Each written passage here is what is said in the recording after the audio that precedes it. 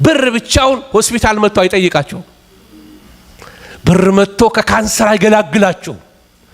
ብር መጥቶ በሞት ጭንቀት መካከል መጥቶ አያጽናናቸው።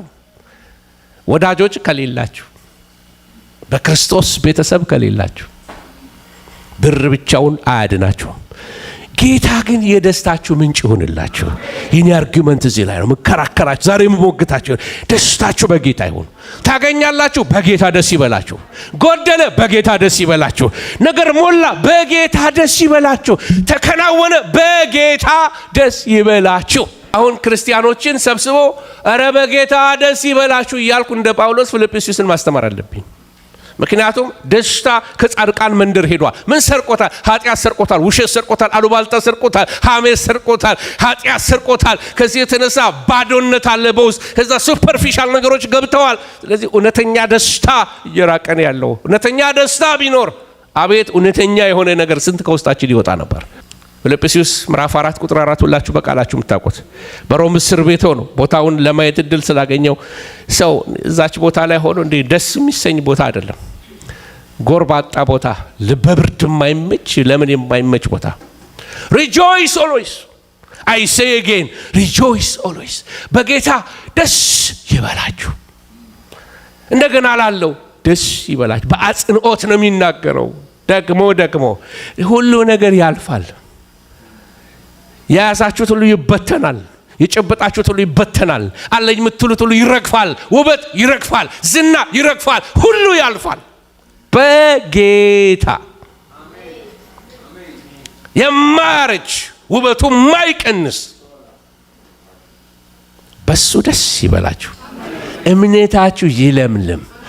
በጌታ ሪሌሽንሺፓችሁ ወሳኝ ነው። ክርስትና ላንተ ካልጠቀመ ሰውን እንዴት ናና ጌታን ተቀበል እንዴት ትለዋል? ጌታን ብትቀበል ልክ እንደኔ ትሆናለህ ብላችሁ አፋችሁ ሞልታችሁ መናገር ትችላላችሁ። ምን ሆናችኋልና? ምን ይታያልና? የታለ ያ ሰላም? በነገር ሁሉ የተረጋጋ ማንነታችሁ የታለ? የታለ ድሮ በሁሉ ነገር ውስጥ የምትጸኑበት ያ ትዕግስታችሁ፣ ያ ፍቅራችሁ፣ ያ ታማኝነታችሁ፣ ያ መልካም ነገራችሁ የታለ? እንዴት አድርጋችሁ ሰውን እንደኔ ይሁን ማለት ይችላልች? ጳውሎስ እንዳለ እኔ ክርስቶስን እንደምመስል እኔን ምሰል የሚል ድፍረት አለ ወይ? ወገኖች ወይ መገኘቱ ሲበዛ በሕይወታችን ከጌታ ጋር ያለን ኢንቲመሲ እየበዛ ሲመጣ ደስታ አውቶማቲክ ነው። እየሞላ ሞልቶ የሚፈስ ይሆናል። ናው ባክ ቱ ዘ ክሮስ፣ ወደ ኢየሱስ ወደ መስቀሉ እንመለስ። ወደ የደስታው ምንጭ ኢየሱስ ይሆንልን። መዝማሪዎች ይዘምራሉ፣ ደስ የሚሉ መዝሙሮች። የደስታዬ ምንጭ አንተን። አሜን አሜን። ምንጭ ይሁንላችሁ ኢየሱስ። የደስታችሁ ምንጭ ደሞዛችሁ፣ የደስታችሁ ምንጭ የተከናወነላችሁ ነገር፣ የደስታችሁ ምንጭ ልጆቻችሁ፣ የደስታችሁ ምንጭ የሰበሰባችሁት ሀብትና ዲስ እንዳ እሱ ከሆነ እሱም ይሰለቻችኋል። 25 መኪና የነበረው አንድ ቱጃር ነበረ እና ለእንዴት 25 መኪና ገዛ? ምን ይሰራልሃል አሉት። አልፋ ሮሚዮ ሲሰለቸው ላምቦርጊኒ ይገዛል። ላምቦርጊኒ ሲሰለቸው ሌላ ምናምን ይገዛል። የማይገዛው መኪና አይነት የለም። ሁሉንም አያቸው። አንድ ቀን ይነዳቸዋል። ሁሉም ጎማ ላይ ናቸው ያሉት። ሁሉም ቆርቆሮ ናቸው። ይሰለቻሉ። አንዳንዴ እግዚአብሔር ሲገኝ በሙሉ መገኘቱ፣ በኤልሻዳይነቱ፣ በኦምኒፖተንሱ እግዚአብሔር ቢመጣና ቢገለጥ እዚህ ቦታ ላይ ልክ ለኪሩቤሎች ለሱራፌሎች እንደሚገለጠው እግዚአብሔር በሙሉ ኃይሉ በኦምኒፖተንስ በፍጹም ኃይሉ ቢመጣ እንኳን እኛ አይደለም ይሄ ቤትን ጠቅልለው እዚህ ቤት ያለ ማተር በሙሉ በእግዚአብሔር ፊት እንደ ውሃ ይቀልጣል። በፊቱ ማንም ሊቆም አይችልም። ነገር ግን እግዚአብሔር ሲመጣ በመገኘቱ በመገኘቱ በሉኝ በፕሬሰንሱ ይመጣል። ክርስትና በዚህ ፕሬሰንስ ውስጥ መኖር ነው። በዚህ ፕሬሰንስ ውስጥ መኖር ነው። ይሄ ፕሬሰንስ የጠፋለታ እንደ ዳዊት ቁጭ ብለን ምን ማለት አለብን? እናስመልስ። ያ ውበታችን ክብሩ ነው። ክብሩ ይመለስልን። እስቲ አሜን። አዎ ወገኖች ሆይ መጽሐፍ ቅዱስ ሲጀምርም ሆነ ሲጨርስ በዚህ ክብር ነው። ሲጀምር በእግዚአብሔር ክብር በውሃ ላይ ሰፎ ነበረ። ሲጨርስ ደግሞ ቅድስቲቱ ኢየሩሳሌም በእግዚአብሔር ክብር የተሞላች ነበረ። ሲጀምርም ሲጨርስም በእግዚአብሔር ክብር ውስጥ ነች ያለችው። ልንጠነቀቅ ይገባል ማለት ነው። ኃጢአት ከመገኘት ውስጥ ሊያወጣን ይችላል። መገኘቱንም ከኛ ሊያርቀው እግዚአብሔርንም ሩቅ ሊያረግብን ይችላል። የተዋጀንበት ዋንኛም ዓላማ በዚህ በሪደምሽን ውስጥ በሱ ፕሬሰንስ ውስጥ እንድንሆን ወገኖች ሆይ መገኘቱ ከሌለ የቤተ ክርስቲያን ተልእኮ ከንቱ ይሆናል። ለዚህ ነው ኢያሱን እግዚአብሔር ምን አለው? ብቻ እግዚአብሔር ህዝቡ ያሉት ብቻ እግዚአብሔር ከሙሴ ጋር እንደነበረ ከማጋ ይሆን። በቃ ፕሬሰንሱ ማተር ያረጋል። እግዚአብሔር ከእናንተ ጋር ይሆን። በሄዳችሁበት በዘመኔ ሁሉ ማንም አይቋቋምህም የተባለለት የእግዚአብሔር መገኘት ስለመጣ ነው። ወገኖች ሆይ ብዙ ክርስቲያኖች እዚህ ጋር ትንሽ ሐመር አድርጌ ልጨርስ። ብዙ ክርስቲያኖች ደስታቸው ተወስዶባቸዋል። ብዙ ክርስቲያኖች ፈገግታቸው ይሄ ፕላስቲክ ስማይል የሚሉት አለ አይደል? የሱፐር ማርኬት ስማይል ሳናውቀው ለምደነዋል። ሳናውቀው እዚህ ሀገር እንደመጣው በቃ ፈረንጆቹ ሃይ ሲሉኝ ሃይ ትምህርት ቤት ሃይ ብዬ እኔ ገና ፍልቅቅ ስል እነሱ ጨርሰው ሄደዋል። እና በጣም ይሄን ለመልመድ በጣም ቸግሬ ነበር። አንዳንዴ ስማይል አድርጌ ሳያቸው ይናደዳሉ። ምስቅባቸው የሚመስላቸው እንደሆነ አይደው ነው። ምክንያቱም የለም እነሱ ጋር በበጀት ነው ፈገግታም በበጀት ነው። እናንተ ሰፈርሳ እናንተ ሰፈር ፈገግታ በበጀት ነው። ደስታ በበጀት ነው። ሳቅ በበጀት ነው። ያ ፍልቅልቅ ስፒሪት የት ሄደ? ያ ዜማ የሚያሰኛችሁ ነገር የት ሄደ? ያ ጠዋት ስትነሱ ዜማ አፋችሁ ሞልቶ ደስታ ተሞልታችሁ ሃሌሉያ ያላችሁ ሰውን ሁሉ ቅፍ ብታረጉ ደስ የሚላችሁ የደስታ መንፈስ ወዴት ሄደ? ክብሩ ወዴት ተወሰደ? ሁሉ ይለወጣል ወገኖች፣ ሁሉ ነገር ይሻራል። ተመኩ በጌታ ያኮራል ጌታ። አሜን። በየትኛውም ዘመን የሚያስተማምን the rock of my salvation የእምነቴ አለት መቆሚያዬ በየትኛውም ዘመን የሚያኖረኝ ኢየሱስ ነው። አሜን ሃሌሉያ። በእግዚአብሔር የታመነ እምነቱም እግዚአብሔር የሆነ ሰው ምስጉን ነው። በጋ በመጣ ጊዜ አይፈራም። አውሎ ይምጣ አይፈራም። ድርቀት መጣ አይፈራም። ለምን? አለቱ ኢየሱስ ነው። ተደላደሉ በጌታ። መኖሪያ የዘላለም አምላክ ነው። በቃ በጌታ ከታመናችሁበት ታመኑበት። ደስታችሁ በሱ ይሆን። ዲስአፖይንትመንት ከጌታ ጋር ኩርፊ ያላችሁ ሰዎች ዲስአፖይንትመንት ስራችሁን የምትጠሉ ባላችሁበት ኑሯችሁን የምትጠሉ በቃ አይደለ ውስጣችሁ ዲስሳቲስፋይድ የሆናችሁ ሰዎች እንደገና ሪያል ላይን አድርጎ በጌታ ደስ ይበላችሁ። ስራው ሳይመጣ ቀድሞ ኢየሱስ መጥቷል አይደለም? በቃ በጌታ ደስ ይበላችሁ። ነገሮች አልሞሉም አልተሳኩም ዳሰባችሁት እየሄዳችሁ አይደለም? ግድ የለም በጌታ ደስ ይበላችሁ። እሱ ደስታ አታስነኩ፣ አይሰረቅባችሁ። አንድ ጊዜ አንድ ወንድም ብዙ ንብረት ነበረውና ሌባ መጥቶ ሰረቀው አገር ቤት እና ሲሰርቀው ጠዋት ሲነሳ መጀመሪያ የመጣለት መዝሙር ሌባ የማይሰርቀው ንብረቴ የሚል መዝሙር ነበር። እንዴት ደስ የሚል ነው! ሃሌሉያ። አንዳንዱ መዝሙር እኮ በህይወት ተጨምቀው አልፈውበት ከሁኔታ ጋር የሚወጣው እኮ እና ሌባ የማይሰርቀው ንብረቴ በክረምት አልሰጋም የሚል ዝማሬ እንዳወጣ ምስክርነት ሰማሁ። ወገኖች ሆይ ደስታችሁ በጌታ ይሁን እና አጠገባችሁ ያለውን ሰው እንደው ከልባችሁ በጌታ ብቻ ደስ ይበልህ በሉልኝ እስቲ። ሃሌሉያ። መገኘት ውስጥ እንግዲህ ለመግባት የሚያስፈልጉን ነገሮች ልንገራችሁ። ሰፈሩ የተቀደሰ ሰፈር ስለሆነ፣ ሰፈሩ የእግዚአብሔር ሰፈር ስለሆነ እዛ ሰፈር ውስጥ እንደተመላለሱበት አይቻልም። እዚህ ሰፈር ይሄ ሰፈር ቅዱስ ነው። እግዚአብሔር በመካከል ያልፋልና ሰፈርህ ምን ይሁን? ተቀደሰ ይሁን። ምን ማለቱ ነው? አጽዳው። ሰፈርህ ሁሉ ንጹህ ይሁን። ድንኳን ዙሪያ ንጹህ ይሁን። እግዚአብሔር ቆሻሻ ነገር አይወድም። አጽዳ። ስለዚህ ይሄንን ነው እግዚአብሔር መጀመሪያ የሰጣቸው። እግዚአብሔርን ለመገናኘት የሚፈልግ ሰው፣ ክብሩን ለማየት የሚፈልግ ሰው ካለ መጀመሪያ ማድረግ ያለበት ከሰፈሩ መውጣት አለበት። ሰፈር ውስጥ ሆኖ እዚህ ትርምስ ውስጥ ሆኖ አይቻልም ይህን ክብር ጋር መለማመድ። ስለዚህ እግዚአብሔር ያላቸው ይሄን ነው። እግዚአብሔርን ለመገናኘት የሚፈልግ ሰው ካለ ከዚህ ሰፈር ይውጣ። ከዛ በኋላ በድንኳኑ ዙሪያ ወደ ካህኑ ይምጣ። ከዛ በኋላ እግዚአብሔርን ክብር ይለማመዳል፣ እግዚአብሔርን ቃል ይማራል፣ መስዋዕት ያቀርባል። ስለዚህ ይሄንን ነው መጀመሪያ ያለው። ከውጭ ሆኖ መደነቅ ይችላል።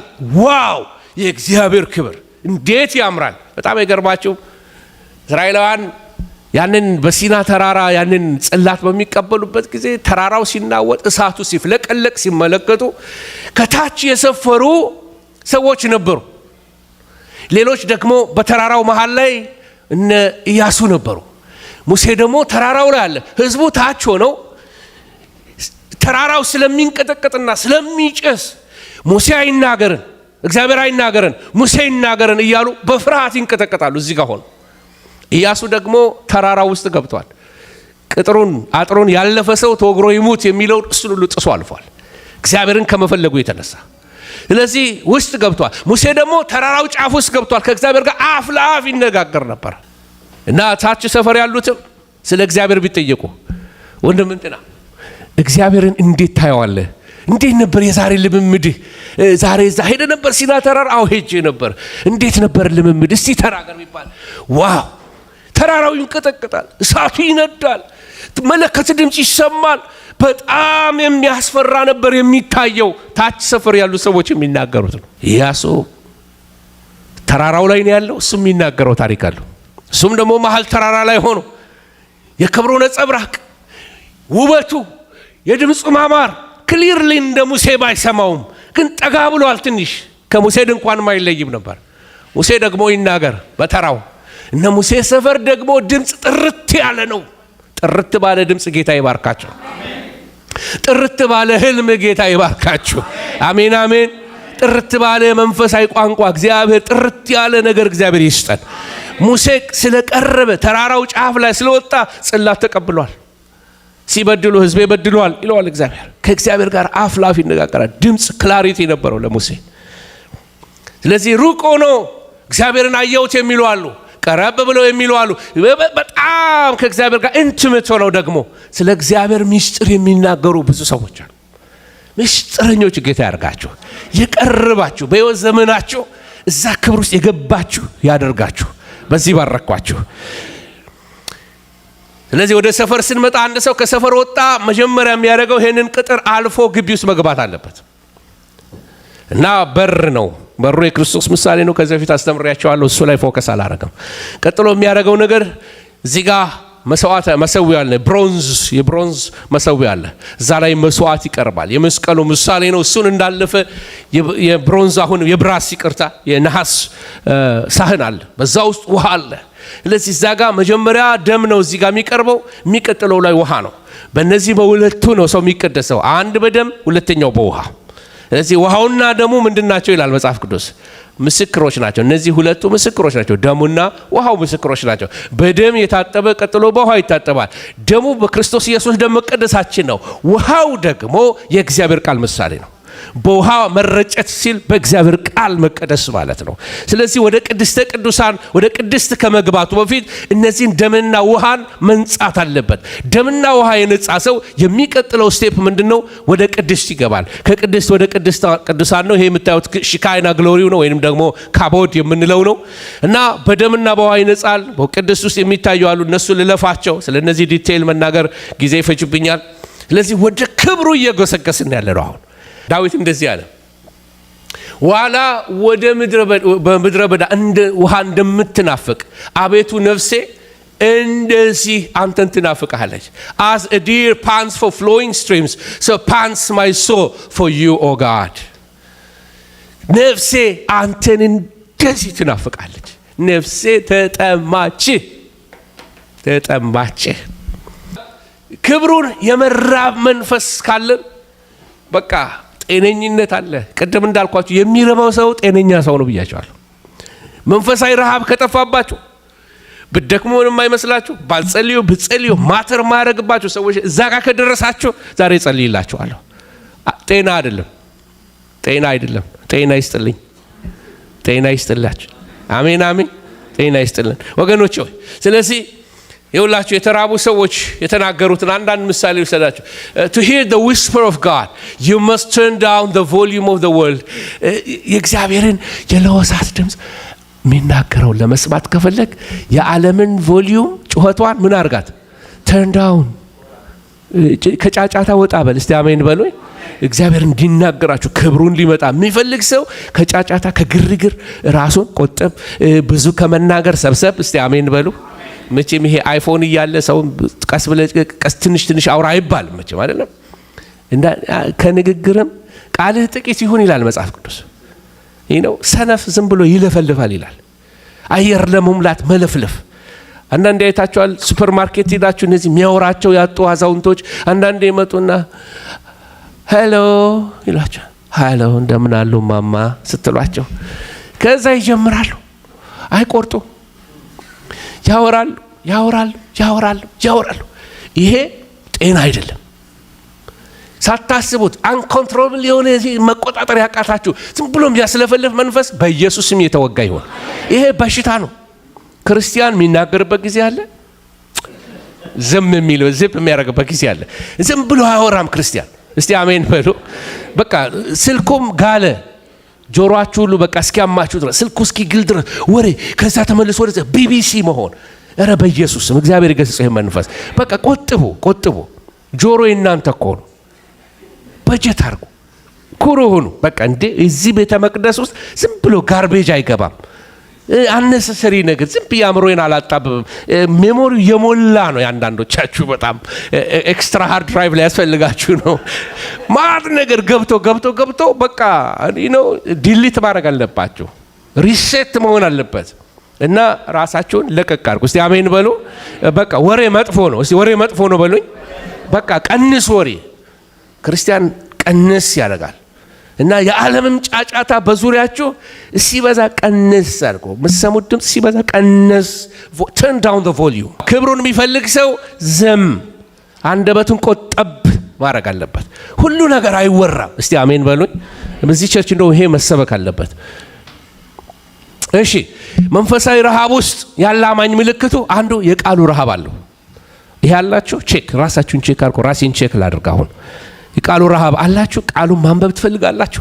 ጠዋት ተነስቼ ቃል አንብቤ ቆይ አሁን ሕዝቅኤልን አነበብኩኝ።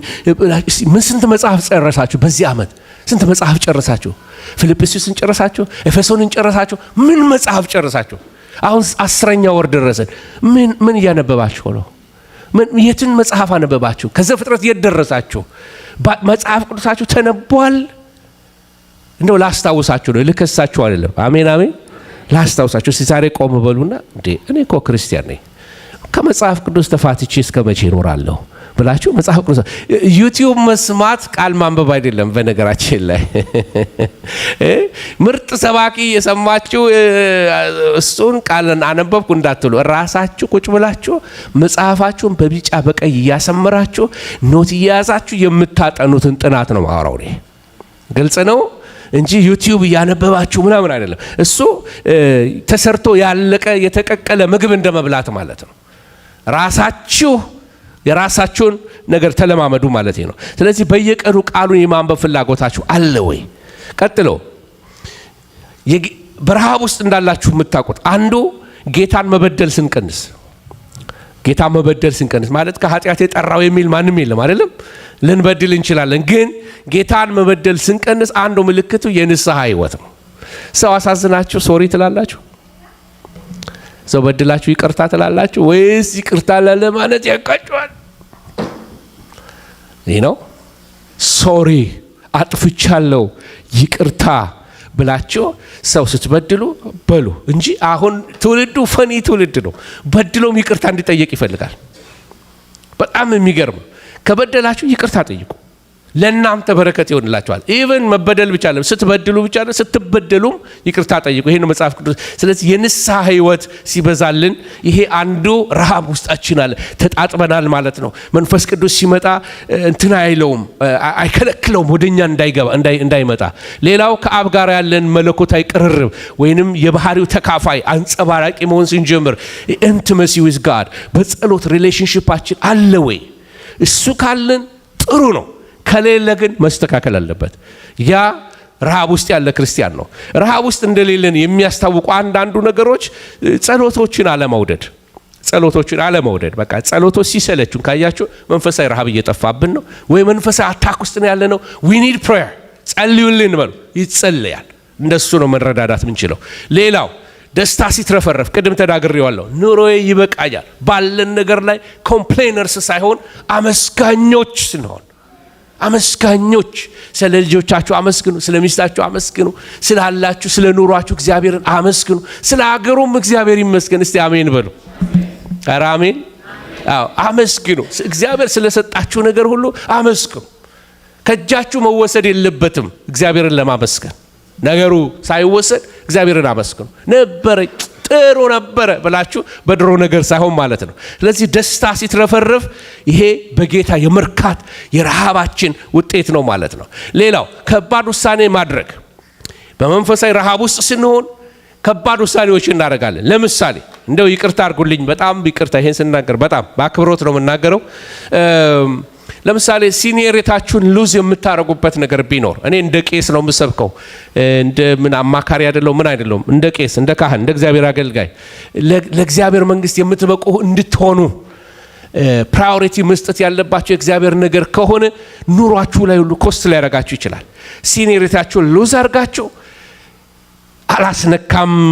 እኔ ብዙ እህቶች ጸልይልኝ ይሉኛል እየመጡ፣ እሁዴ እንዳይነካብኝ ጸልይልኝ ፓስተር። የአምልኮ ቀኔ ናት፣ የአገልግሎቴ ቀን ናት።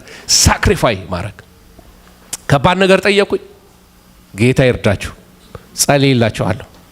ፕራዮሪቲ ለእግዚአብሔር ቀድሜ፣ ለእግዚአብሔር መንግስት የምትበቁ ዲስትራክትድ የማትሆኑ በክብር ውስጥ የምትኖሩ እንድትሆኑ ማለት ነው እንጂ እየቻላችሁ እግዚአብሔርን ማገልገል እየቻላችሁ መሮጥ እየቻላችሁ እንዳትያዙ ለማድረግ ነው። ስለዚህ ከባድ ውሳኔ ማድረግ ትችላላችሁ መንፈሳዊ ረሃብ ውስጥ ስትሆኑ። ሌላ ደግሞ አንዳንዴ ሳታውቁት ከውስጣችሁ በርስት የሚያደርግ ኤነርጂ፣ በቃ ይሄ ጉልበት ከየት መጣ ሳትሉ ልዩ ጉልበት በውስጣችሁ ይመጣል። ያ ማለት ከጌታ ጋር ከኔክትድ ሆናችኋል ማለት ነው። not by might, not by power, but by my spirit says the Lord። በመንፈሴ እንጂ በምን አይደለም። በቃ ሳታውቁት የሆነ ኤነርጂ በውስጣችሁ ደከመኝ ስትሉ ጉልበት የሚሰጣችሁ፣ መጸለይ አቃተኝ ስትሉ እንድትጸልዩ የሚያረጋችሁ፣ ካሁን በኋላ አገልግሎት ብላችሁ ልትቀመጡ ስትሉ ኃይል ብድግ የሚያረጋችሁ ከሆነ ጌታ ይመስገን፣ መልካም ነው። ጌታ ደርሷል ማለት ነው። አሁንም ያ ጉልበት በእናንተ ላይ ይምጣ። አንዳንድ ጊዜ መንገድ ላይ እየሄዳችሁ በርስት የሚያረግ ኤነርጂ፣ ልሳናት በውስጣችሁ ፍንቅል አድርገው ሲወጡ፣ ምስጋና እልልታ ከውስጣችሁ ሲወጣ፣ አሜን፣ ጌታ ይባረክ። አንዳንድ የመኪናዬን መስኮት ግጥም አድርጌ ዘግቼ በቃ እህቶች እልል ከሚሉት በላይ እልላለሁ። አሜን። ፍንቅል አድርጎ ሲወጣ ለቀዋለን በእግዚአብሔር መንፈስ። ሾኦፍ ግን አናረገውም። አሜን። በቃ ሾው ለማድረግ አላ ኢምፕረስ እናንተን ለማድረግ አላረገውም። ጌታ ይመስገን። በግል ነው ከጌታ ጋር ያለን ሪሌሽንሽፕ። ስለዚህ በርስት የሚያደርግ ኤነርጂ ይኖራችኋል ረሃቡ ካላችሁ።